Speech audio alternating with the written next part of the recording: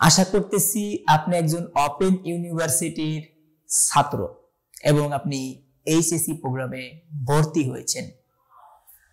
ভর্তি হওয়ার পরপরই আমাদের সামনে দুইটা সমস্যা, একটা হচ্ছে ইংলিশ আর একটা হচ্ছে আইসিটি। আইসিটি কি খুব কঠিন? অবশ্যই না, কারণ এই আইসিটি বইটা আপনার আমার মতো কোন একজন মানুষই তৈরি করছে, তাই না?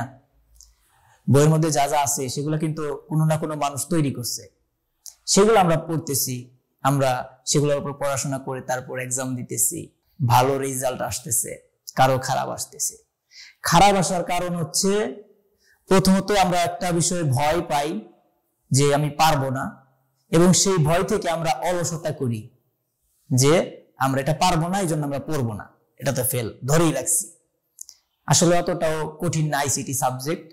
আজকে আমি আপনাদেরকে পড়াবো উন্মুক্ততে যারা পড়েন এইচএসসি প্রোগ্রামে প্রথম বর্ষে বা দ্বিতীয় বর্ষে, কোনো সমস্যা নাই।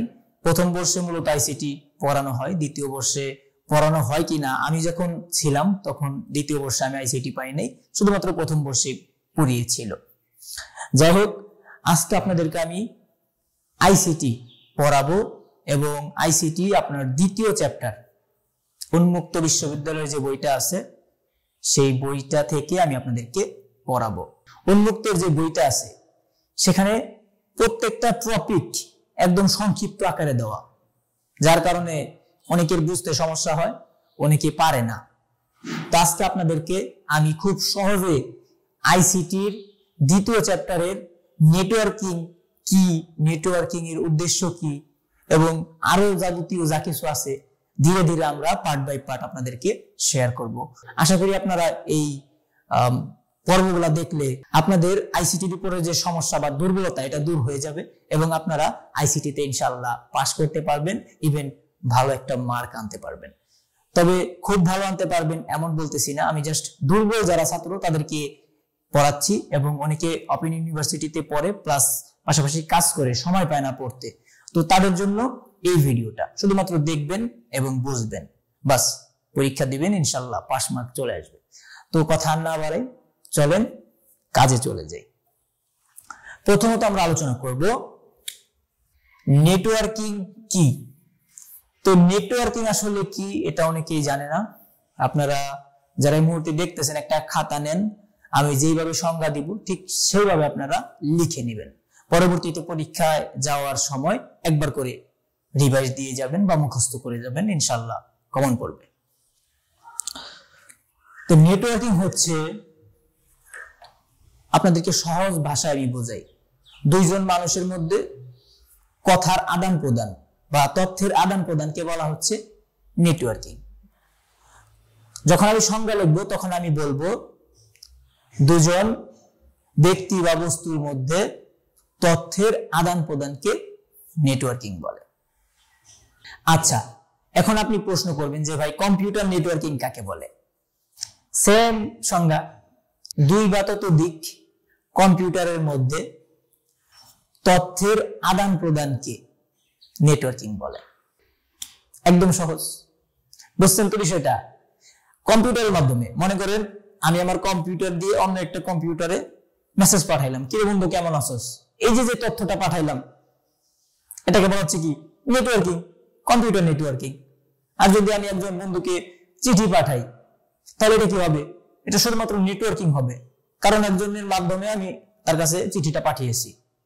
যদি এটা আমি অনলাইন ভিত্তিক করি বা কম্পিউটারের মাধ্যমে পাঠাই, মোবাইল দিয়ে পাঠাই, তাহলে এটা কিন্তু আপনার কম্পিউটার নেটওয়ার্কিং হয়ে যাচ্ছে। ঠিক আছে? তো বিষয়টা একদম সহজ, অনেকে কঠিন করে বোঝায়, আমি আপনাদেরকে সহজ করে বুঝিয়ে দিলাম যে দুই বা ততোধিক কম্পিউটারের মধ্যে তথ্যের আদান প্রদানকে নেটওয়ার্কিং বলে। একদম সহজ। আপনি যদি আরো ভালোভাবে সংজ্ঞাটা দিতে চান তাহলে এইভাবে দিতে পারেন, দুই বা ততোধিক কম্পিউটারের মধ্যে তথ্যের আদান প্রদানের উদ্দেশ্যে পারস্পরিক সম্পর্ককে কম্পিউটার নেটওয়ার্কিং বলে। এই যে সংজ্ঞাটা বললাম এইটা আপনারা খাতায় নোট করেন, এখনই করেন। এটাই আপনি পরীক্ষায় দিলে আপনার ক নাম্বারে আসলে একে এক পেয়ে যাবেন ইনশাআল্লাহ। আচ্ছা, নেটওয়ার্কিং বিষয়টা তো বুঝছেন তাই না? এবার হচ্ছে কম্পিউটার নেটওয়ার্কিং এর উদ্দেশ্য। এই যে 2 নম্বরে কম্পিউটার নেটওয়ার্কিং এর উদ্দেশ্য কি? কম্পিউটার নেটওয়ার্কিং তো আমরা বুঝলাম যে দুইটি কম্পিউটারের মধ্যে তথ্যের আদান প্রদানকে বলা হচ্ছে কম্পিউটার নেটওয়ার্কিং, আমরা বুঝলাম না? এখন এই নেটওয়ার্কিং উদ্দেশ্যটা আসলে কি, কি কারণে এই নেটওয়ার্কিং চালু করা হলো সেটা আমরা একটু দেখব। এখানে নেটওয়ার্কিং এর উদ্দেশ্য আমরা 3টা লিখছি। 1 নম্বর হচ্ছে হার্ডওয়্যার শেয়ার, 2 নম্বর হচ্ছে সফটওয়্যার শেয়ার, 3 নম্বর হচ্ছে ইনফরমেশন শেয়ার। এখন আপনারা প্রশ্ন করবেন যে হার্ডওয়্যার শেয়ারটা আসলে কি? হার্ডওয়্যার শেয়ার হচ্ছে মনে করেন আপনার একটা কোম্পানি আছে বা আপনি একটা কোম্পানিতে জব করেন, সেই কোম্পানিতে 10টা ডেস্ক রয়েছে, 10টা ডেস্কে 10টা কম্পিউটার রয়েছে, ঠিক আছে? তো হার্ডওয়্যার শেয়ার বলতে মনে করেন প্রিন্টার, এই 10টা কম্পিউটারের জন্য আপনি কি 10টা প্রিন্টার কিনবেন? অবশ্যই কিনবেন না, এতে আপনার ব্যয় বেশি হবে, ঠিক আছে? যে কাজ আপনি একটা দিয়ে করতে পারতেছেন সেই কাজের জন্য আপনি 10টা কেন কিনবেন, তাই না? তো একটা প্রিন্টার কিনবেন, যে প্রিন্টার দিয়ে আপনার 10টা কম্পিউটার সাথেই কানেক্টেড থাকবে এই প্রিন্টারটা। এখন একজন একজন করে যার যেটা প্রয়োজন প্রিন্ট করে নিতে পারবেন, অর্থাৎ কমান্ড দিবে যে যার কম্পিউটার থেকে এবং সেই আউটপুটটা প্রিন্টার দিয়ে বের হবে। বুঝতে পারছেন তো? এটাকে বলা হচ্ছে প্রিন্টার শেয়ার বা হার্ডওয়্যার শেয়ার, ঠিক আছে?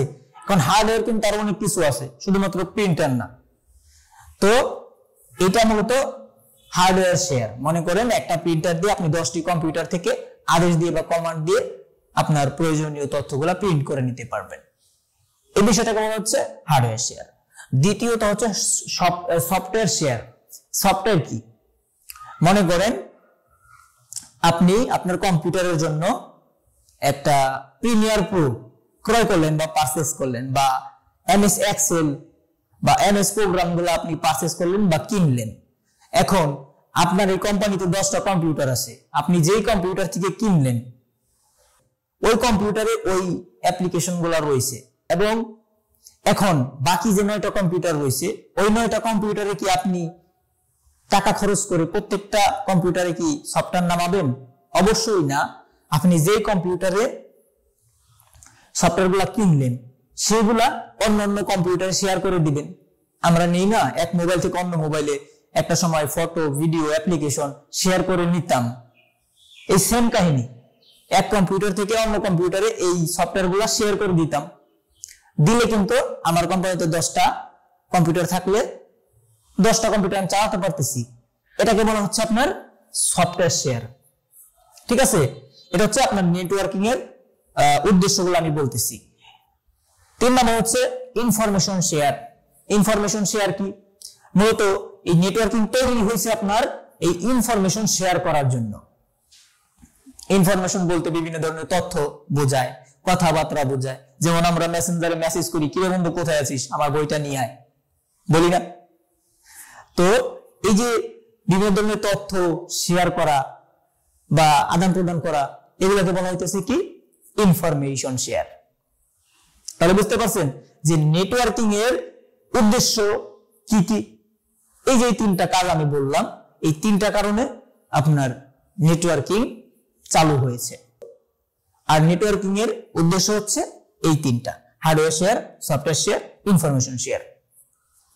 বুঝতে পারছেন বিষয়টা? কেমন লাগলো? শুনেন, আমরা অনেকে মনে করি কি পড়ালেখা খুবই কঠিন আর আইসিটি সাবজেক্ট মানে ওরে বাবা ফেল করুন। বিষয়টা এমন না। ইনশাল্লাহ আপনি চেষ্টা করেন, পারবেন। আর হ্যাঁ, উন্মুক্ততে আমি মনে করি না যে খারাপ ছাত্ররা ভর্তি হয়। আমার কাছে ছাত্র যতই থাকুক, রেগুলার যে কয়েকজন আসতো, ও আল্লাহ, এক একজনের 0.4 এর উপরে। আর আমি তাদেরকে কিছু মনেই করতাম না। আমি ভাবতাম যে উন্মুক্ততে যারা পড়ে এমনিই পড়ে, শুধুমাত্র আমার মতো। কিন্তু আমি অনেক আগ্রহী ছিলাম, আমি অনেক মনোযোগী ছিলাম। অ্যান্ড আমার এজটা বেশি হওয়ার কারণে আমি যখন কেউকে বলতাম যে আমি উন্মুক্ততে এসএসসি তে পড়ি বা ইন্টারে পড়ি, তখন আমার লজ্জা লাগতো, এই জন্য আমি বলতাম না কাউকে। কিন্তু যখন আমি ইন্টারটা শেষ করলাম, আমার ইনশাল্লাহ আলহামদুলিল্লাহ এখন ওই জড়তাটা কেটে গেছে। আপনাদের ক্ষেত্রেও তাই হবে, বুঝতে পারছেন? আলটিমেটলি আপনি আপনার নিজের স্বার্থটা চিন্তা করবেন। বর্তমান সময়টা হচ্ছে কি খুবই ক্রিটিক্যাল। কেউ আপনার পাশে এসে দাঁড়াবে না, কেউ আপনাকে সাহায্য সহযোগিতা করবে না। যে জিনিসটা দেখবে সেটা হচ্ছে আপনার যোগ্যতা। আপনি আপনার নিজের কোয়ালিফিকেশনটা বাড়ান, ইনশাল্লাহ সবকিছুর দাম কমে যাবে। আপনি আপনার দামটা বাড়ান, বুঝতে পারছেন বিষয়টা? আপনাদের আমি অ্যাপ্রিসিয়েট করি, আপনারা মনোযোগী এবং নিজের উদ্যোগে উন্মুক্ততে ভর্তি হয়েছেন। আপনাদেরকে আমি সাধুবাদ জানাই। আপনারা পড়ালেখা ভাবে চালিয়ে যান, ঠিক আছে? একদম শেষ পর্যন্ত যতদিন বাংলাদেশে আছেন পড়ালেখা পড়তে থাকবেন, পড়া ছাড়া যাবে না। মাস্টার্স করবেন, মাস্টার্স করা শেষ হইলে তারপরে দেশের কোনো না কোনো কাজে লেগে যাবেন। কখনো বেকার থাকবেন না। বেকার হইতেছে সবচাইতে অভিশপ্ত জীবন, বেকারত্বের জীবনটা। একটা সময় পর নিজেই নিজেকে আপনি আত্মঘাতী হয়ে যেতে পারেন, ঠিক আছে? যাই হোক, পড়ালেখার মধ্যে থাকবেন। তা আপনি যত ডিপ্রেশনে থাকেন না কেন, যেখানেই থাকেন না কেন, আপনাকে পড়ালেখা ছাড়া যাবে না। বেশি টাকা পয়সা লাগে না উন্মুক্ততে। প্রথম বর্ষে আপনার 5,200 টাকার মতো লাগছিল, আর দ্বিতীয় বর্ষে 4,000 টাকা। এই 9,000 টাকা আমার 2 বছরে ইনশাল্লাহ হয়ে গেছে উন্মুক্ত। আর ক্লাস করা লাগে মাত্র 4 দিন। আপনারা তো সবই জানেন, যেহেতু এই ভিডিও দেখতেছেন, আপনারা ভর্তি হয়ে তারপরেই তো এই ভিডিওটা দেখতে আসছেন, তাই না? তো যাই হোক, আইসিটি বিষয়টা অতটাও কঠিন না যতটা মানুষ বলে। আপনাদেরকে আমি এই দ্বিতীয় অধ্যায়টা পড়াবো। প্রথম অধ্যায় থেকে কিছু কমন গুলো আমি যেগুলো পড়াই সেগুলো হচ্ছে কমন গুলা, যেগুলো আসে বেশি সেগুলো পড়াই, আর বাকিগুলো আমি ফেলে দিই। তো বেশি পর্ব হলেও আমি বেশ কিছু পর্ব বানাবো। যদি একটু বেশিও হয়, ছোট ছোট পর্ব হলেও বেশি হলে সেগুলো দেখবেন। অল্প কিছু ধারণা থাকে, একবার শুনলে ইনশাল্লাহ পরীক্ষা এমনিতেই পাস। আর উন্মুক্ততে অনেকের টার্গেট থাকে পাস করা, জাস্ট A+ পাওয়ার দরকার নাই, ভালো নাম্বার করার দরকার নাই, জাস্ট পাস করা।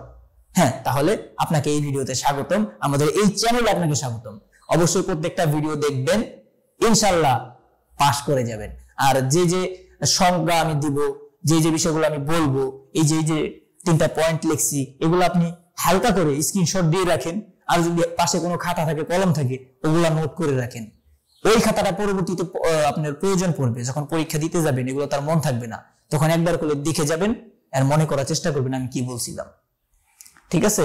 তাহলে ইনশাআল্লাহ আপনি পরীক্ষা ভালো করতে পারবেন আশা করি। তো দেখেন, অল্প কিছু কিন্তু বুঝাইলাম। নেটওয়ার্কিং কি, নেটওয়ার্কিং এর উদ্দেশ্য কি, এই অল্প একটু বুঝাইলাম। পরবর্তী ভিডিওগুলো দেখবেন।